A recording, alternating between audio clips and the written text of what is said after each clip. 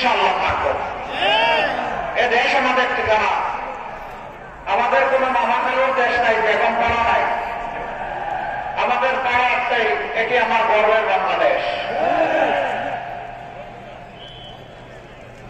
শুধু কি তাই, হাঁচি কাশি হলে ওই নেতারা দেশ ছেড়ে অন্য দেশে চলে যায় চিকিৎসার জন্য, দেশের প্রতি কোনো আস্থা নাই, অথচ তারাই এক সময় কেউ না কেউ বাংলাদেশ শাসন করেছেন। তো সেই জায়গাটা বললেন না কেন? হাসি কাশির চিকিৎসার জন্য এখন বিদেশে যেতে হয় কেন? কেনই দেশের উপরে আস্থা নাই? হ্যাঁ, এই দেশটা হচ্ছে আপনাদের টাকা মানানোর মেশিন।